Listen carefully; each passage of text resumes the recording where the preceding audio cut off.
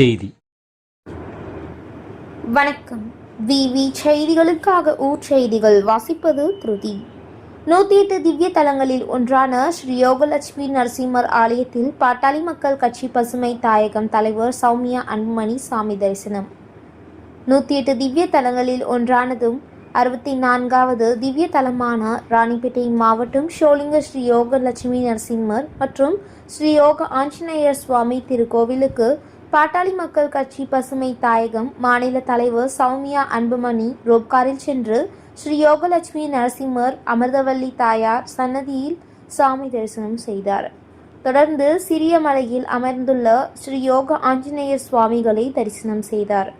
இதில் திருக்கோவில் சார்பில் சௌமியா அன்புமணி அவர்களுக்கு பொன்னாடை போர்த்தி மாலை அணிவித்து திருக்கோவில் பிரசாதம் வழங்கி சிறப்பித்தனர்.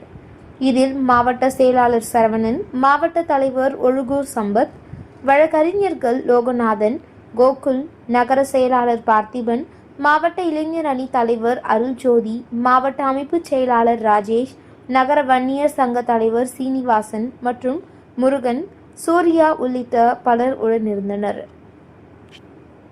விவி செய்திகளுக்காக விஜய் மற்றும் பாஸ்கர்.